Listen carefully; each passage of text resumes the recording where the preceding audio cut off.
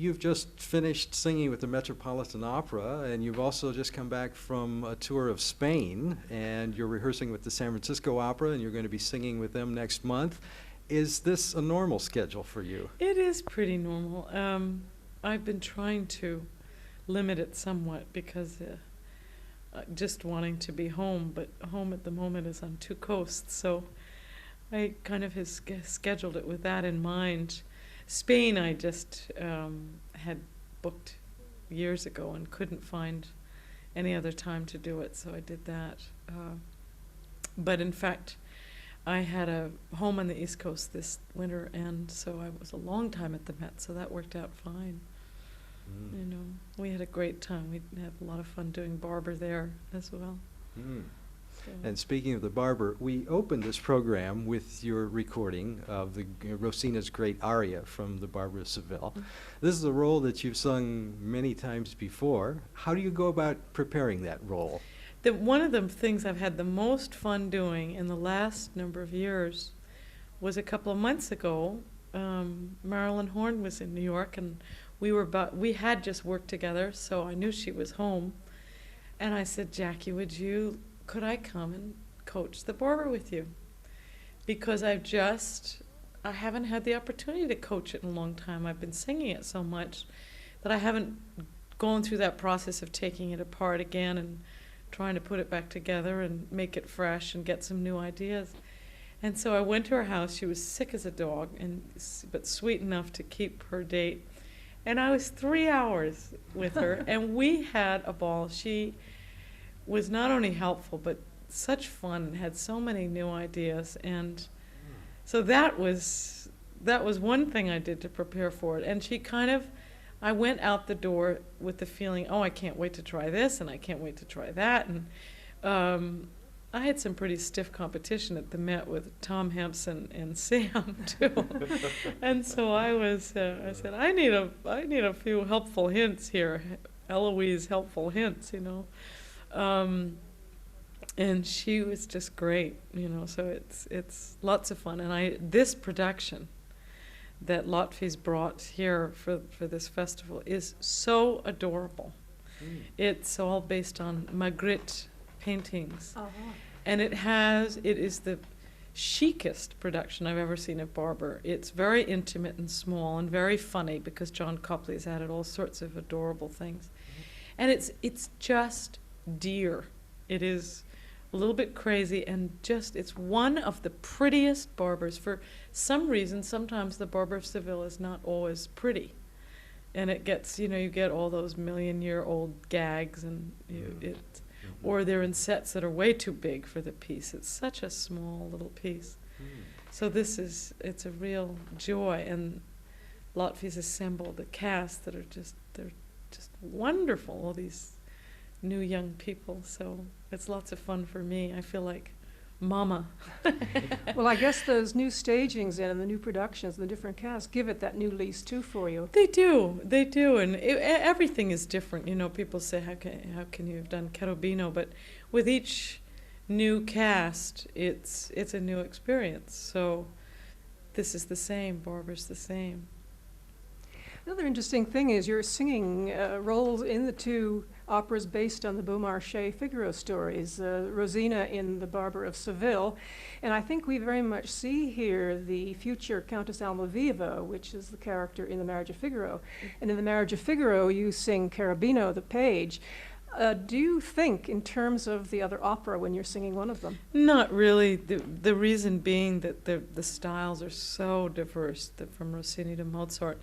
But the idea carries through in that the Countess, when you think of her as Rosina, just a few years later with slight disappointments in how things have turned out, can make her much more young, really, younger and more touching. The fact that she's so young and so disappointed really adds something to the Countess, and you can't help but just love the characters, perhaps even more so in Figaro than in Barber of Seville. But I don't know, there's so much of Rossini's humor and his love of life in the opera itself. And then it's comedy, comedy, comedy, and then there'll be a touching moment. And when he allows himself to be touching, it almost knocks you over. Yes, and you have great facility, I think, bridging those two extremes. So in fact, throughout all your roles, you seem equally at home in serious and comic parts. And in these operas, you do have both the serious and the comic. Yeah. As you say, very touching moments in Barbara, a very gentle humanity that you bring to Rosina, and also the humor in it. Well, that's what's fun, and what's fun with John Copley, who has, practically the best sense of humor in the business, is that he helps us do all that. He helps us find the moments where you can kind of spoof yourself, and that makes it fun, really does. And your Carabino, if we can turn to that for a moment, that is one of the funniest parts, especially as you sing it. And many of us will remember your performance last summer during the Mozart Festival here.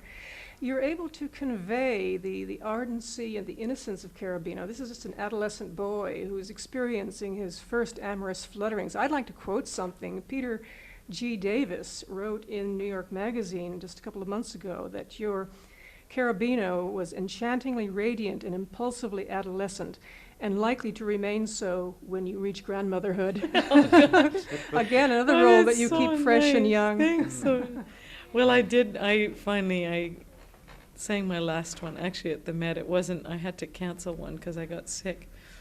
And it was really, I had a tear in my eye because, I might do one or two here and there, but it's time to turn it over and let someone else have the fun of it. I have adored singing that part for 25 years, and he's become a great friend, and I've been really lucky to have carried it as far into adulthood, shall we say, as I have. So it has been wonderful. Oh, yes.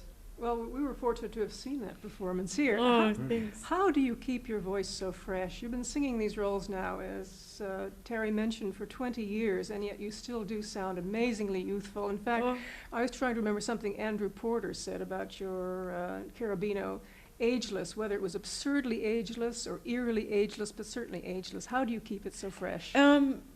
Sometimes, this year I've decided to get a little bit stricter with myself about what I will do and won't do, and I've tried to do in the last year, because I've had a lot of travel, to do too much. And the way, really, you have to remember something that's very interesting, and I don't know if most singers, much less much of the public, are aware that the vocal cords are as big, the instrument, the muscles surrounding them are as big as a penny.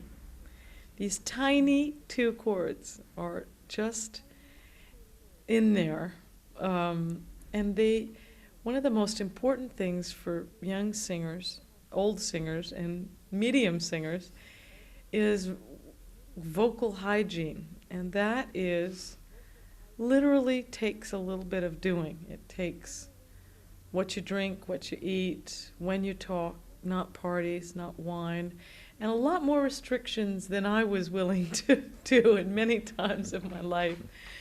But now, more than ever, I'm noticing them, and I'm noticing how much rest is important and how much physical exercise is important. Getting air, fresh air, that all those things. And you get a bag of tricks. Every singer has a bag of tricks, and it's either water or steam or whatever it is, but they are all very, very necessary. And when you don't do them, especially at my stage of the game, you notice it. You can still do it, but it's more of a struggle, and it's a commitment more than really something you do. It's thinking of it and being willing to insist upon the 2 days rest between performances, of not traveling and singing, and that all those kinds of things that make a big difference. We're going to hear now the recording that you made of the two arias from Carabino's arias from The Marriage of Figaro. I wonder if you'd say just a word or two about them. I've heard you sing these arias at least 3 times, a recording on stage, on television, And every time I've heard it, you've sung them slightly differently. And a few years ago, I did a series of some of the great recordings from The Marriage of Figaro, and I had played the Galli-Curci recording of the Non son più aria.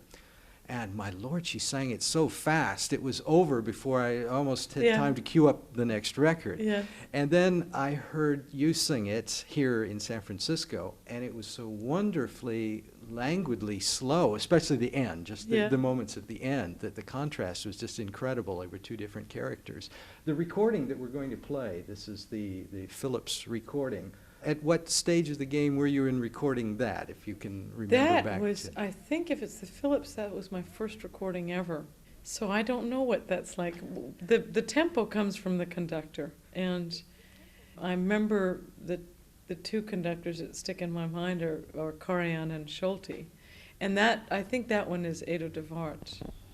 Yes, it is. Edo, and right. I can't remember how he does it. Schulte likes Non so più, which is the first aria that Cherubino sings in the opera, and he just says, I don't know what I'm doing. 1 minute I'm hot, I'm cold, I'm singing to the flowers.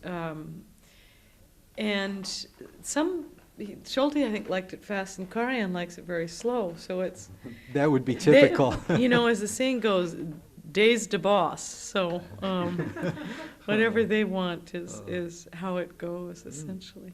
I like it fast because I think it is it's he can hardly get the word. As many teenagers, I have a 14-and-a-half-year-old daughter, and she speaks so quickly because she's got so much she wants to say, and it's like they're afraid they're not going to get it all out, so they have to go very, very, very quickly, and that's just what Cherubino is doing in that part. And then the second aria, which is Voi che sapete, is a little bit more of a form piece, and he's a little bit showing off for the Countess, and he's written this piece, and so he's great attention to line and words, and then halfway through it becomes, instead of singing his song, he's singing to her in the moment seizes him, so that has a slightly different character. Well, Cherubino is one of your notable trouser roles. Another is Octavian, and there's a great similarity in the two also. They're both impetuous, ardent young men, and in both operas you get to do a number of costume changes. I believe, in fact, you once said in an interview that you found Octavian one of the most exhausting roles, not because of its length or the music, but because of all the costume changes. Yes. And of course, Octavian goes in and out of boys' and girls' clothes also. Absolutely, and it is. He's in the first act and the third act. It's hardest part is getting the boots put on the right feet backstage somewhere. Octavian is, I haven't done Octavian in years. I felt I did it in the beginning in the smaller opera houses, and then I felt I should leave it aside for a while. I needed a very sympathetic conductor, and I wasn't always sure I could control that situation. And when Octavian sings, it's a very big orchestra, and you really need someone that understands how lyric, at least that understands my voice and how lyric it is. But I absolutely love doing Octavian. I think he's maybe slightly older than Cherubino, and he's an actor. He's at that stage when, young men are desperately handsome, and they're kind of watching themselves, even when they speak, even though they can't see themselves. They're fitting on expressions and fitting on gestures. And when he is smitten by Sophie, it's all his scenario goes out the window. He's so undone by her that he's everything formal about his education and how he presents himself is just useless at that point. And it's such fun because of it. The trio of the Marschallin, Sophie, and Octavian, they're basically all very, very nice. Sophie is a delicious example of young girlhood with all its innocence, but also with all its genuineness. And the Marschallin is the best of her womanhood and her understanding and her sadness. And Octavian is the best of young manhood. So it's wonderful to live with them. And Ox really is kind of the best of the country gentleman who brings cow manure into this very Yes. formal Viennese setting. You know, he brings with him also the fresh air from the country, and it's I just adore it. I love doing it. I find I look forward to each section of it, you know. Well, they must be great fun, the trouser rolls. We've also done Hansel, of course, in the Humperdinck Opera. You've sung Sesto in Mozart's La Clemenza di Tito. I think early in your career you did Nikolaus also in Tales of Hoffmann, did it didn't a you? lot. Yeah. Do you have any preference between the dress parts and the trouser rolls, or do you like them equally? I like them equally. I've done so many of the trouser rolls that, you know, I've become at home with them. But having done so many, I'm equally thrilled to be able to dress up and wear crinolines and pretty dresses Yes. and have nice wigs and fake eyelashes. And it's everybody, you know, the thing of opera is that it's every little girl's dream of dressing up as all these people. And because of the lyricism of my voice, they've always been pretty costumes, and, you know, haven't played too many mothers and witches and that type of thing yet. Well, there are a number of things you've avoided, in fact, certain roles, but also you've stayed away from the heavier mezzo repertoire. For example, some of the Verdi roles and the Wagner. You've stayed with the lyrical roles, and of course you have a lyrical mezzo voice, so I think you've been very wise here. I couldn't. The Carmen and the Verdi, those voices are born, you know, if they're not by nature part of you, and you can't push your voice into them, I don't think. And I think some singers make a mistake doing that and spoil their voices as a result. It's easy enough to do. Yes. It is. I'd be interested in your views on the difference of singing Rossini and Mozart. You've tended to specialize in roles by both composers. The Rossini, of course, requires tremendous range and agility. We have these wonderful bravura coloratura parts. The Mozart is a little easier on the voice, isn't it? It is and it isn't. The thing about Mozart that's so hard is that the way everything is orchestrated, the vocal line is exposed microscopically.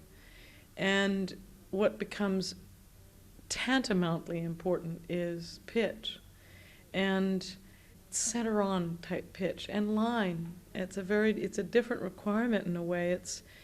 Mozart is all about line. It's how long the phrases can go and still keep the intensity and still keep the words going. Rossini is bravura, and most of the time it feels wonderful. It's sort of like doing yoga for the voice. You cannot sing it too heavily. You can't. It won't work, and it's not appropriate. So that I always come away from singing Rossini feeling better vocally than when I go in, you know. So they're marvelous, you know, for that, but very different. So many of your roles sort of intertwine, the two parts of the Beaumarchais play, for example. We also have some excerpts from the two different versions of Cinderella, the Massenet and the Rossini. And we were going to play the two big arias. The one from the Massenet is from the beginning of the aria, where she talks about her terrible condition with the evil sisters and stepmother. And then the Rossini big aria is from the very end of the opera, where she forgives everyone for doing that.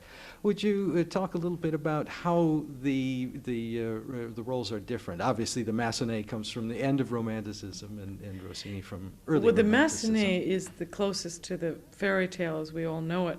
In fact, there's kind of an interesting fact that I believe comes from the translation, that it's, as we know it, a la Walt Disney, it's a glass slipper. In the score, it's a pantoufle de verre, a pantoufle meaning a slipper. Verre can be spelled two ways, V-E-R-R-E, which means glass, or V-A-I-R-E, which means fur. I think the original conte de fées, the fairy tale, was that it was a fur slipper, because it kind of makes sense. And that when it was translated into English, ver being pronounced exactly the same way this mistake was made. But it follows very closely the story. Only the wicked stepmother is terribly funny. And the sisters are actually quite funny. But right down the line, and the prince and everything.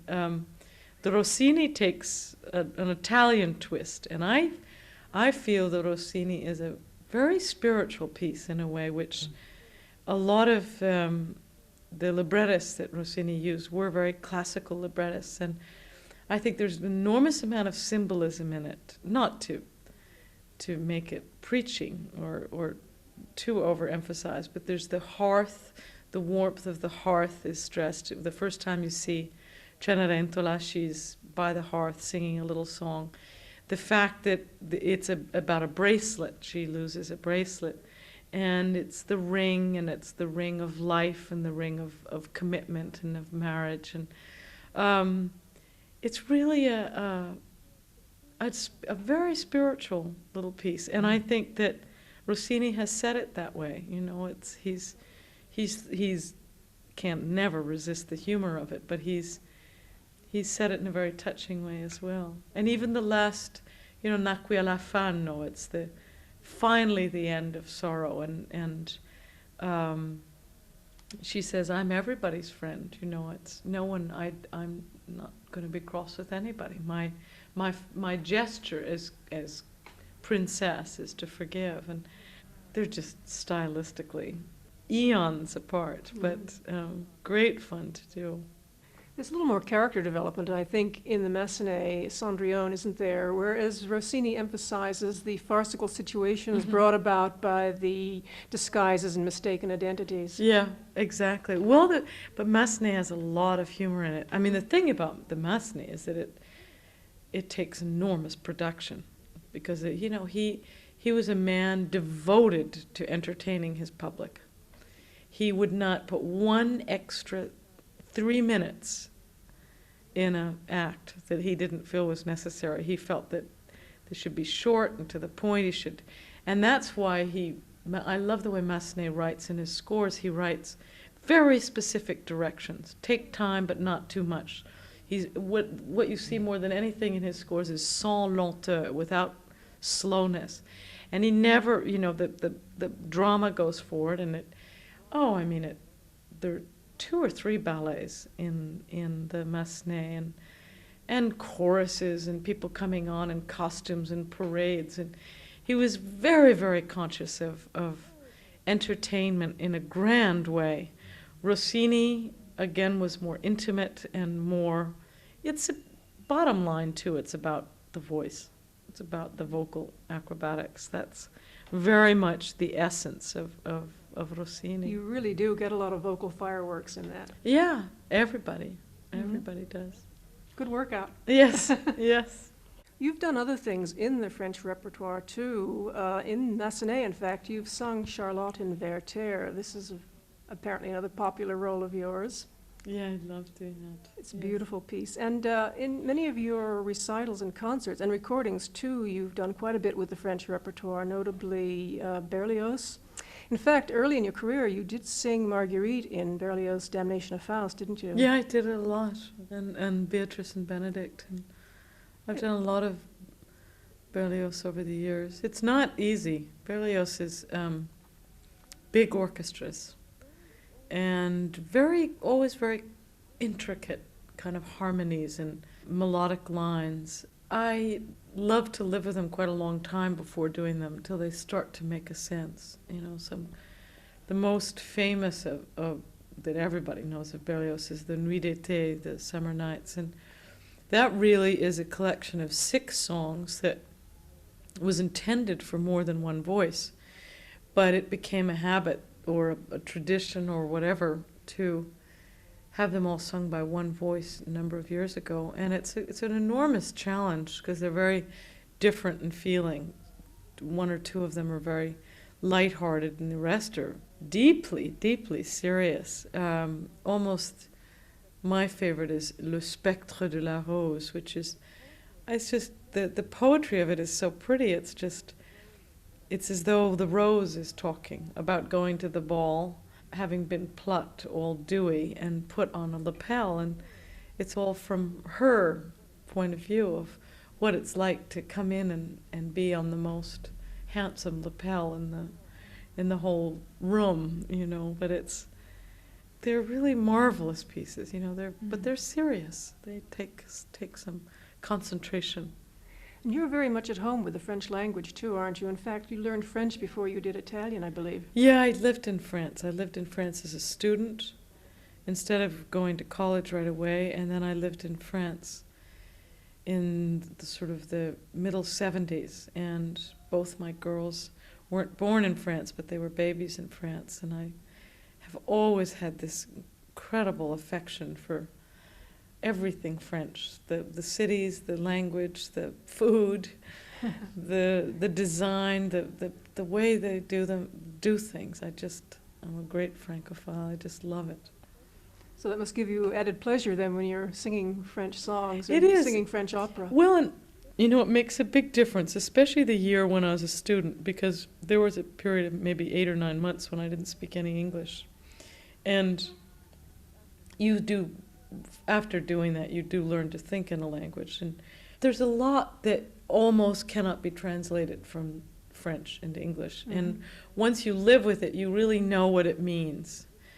The way that there wouldn't be there's not a word in French for a lot of American expressions. And it was fun to be that familiar with what I was singing about. And also, I love Poulenc. And to know exactly what he means in a song. Because I've seen it, I've been there, I've smelled it, or I've tasted it, or whatever, is such fun. It's such a joy. And to know the colors they're talking about and the look of everything, you know. Paris, for example, is a very gray city. It's rare that the sun is popping out and shining on everything. So it has a gray look about it, and it makes a difference if you're singing a Debussy song to know what it looks like, know what they were describing. And so much of French music as well is about the sound of the language. A lot of Debussy is really, you know, if someone asks you to say, well, what happens in this song, or what is it about? Sometimes it can be about the combination of vowels and consonants that are enabling you to propel the word along to sing it. You know, it's many times there are great poets involved, but sometimes it's just for the joy of the language. And the French love their language, and they love to speak it. They love to hear themselves speak, you know, so that's part of it. What do you have coming up in the future? Are there roles that you haven't sung yet that you really would like to get your teeth into? I'm going to do some Handel operas that I haven't done in a while.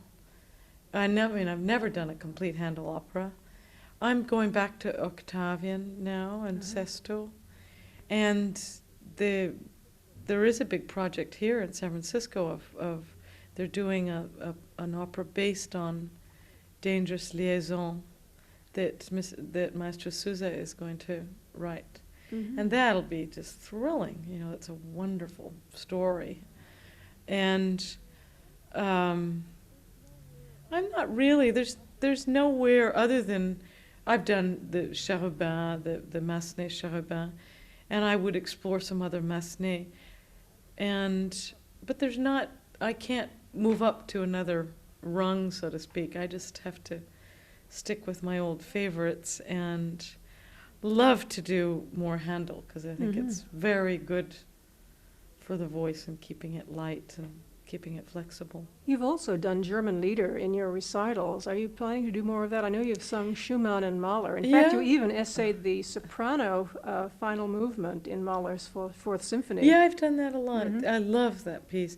I do love it. I'm not as comfortable in German. That's why I've never sung Wolf, because I don't have that same feeling that I do in French. I don't know actually what they're talking about in the German idiom. So I've learned it, and I've studied it and prepared it, but I haven't kind of lived it. So that's why I've treated it gingerly. Of course, that's important to you in opera as well, is the acting too. It's not just singing notes. The interpretation is very important. So that does make sense. You really need to know what you're singing. Oh, yeah. Oh, yeah.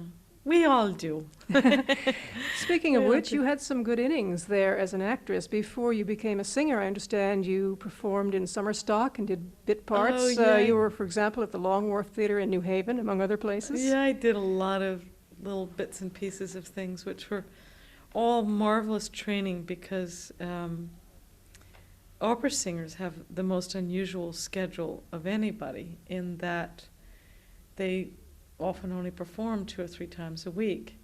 When you perform every night of the week for several runs, you learn to perform under every condition, in every condition, under every circumstance. And it gives you a real understanding that what an important part willpower can play in doing something, in putting on a show. So for that, it was invaluable. It really was. Plus it was, for performing, you just got to do it. There's almost no preparation other than getting out there. I have a question which gets us away from the music, but how do you spend your rare spare time? In other words, you mentioned earlier the need to keep fit both vocally and physically, and how do you unwind? How do you recharge? Unwinding is no problem because I adore my home life. And so, the minute really I set foot outside the opera house, it's gone. Got one foot already home, wherever home is.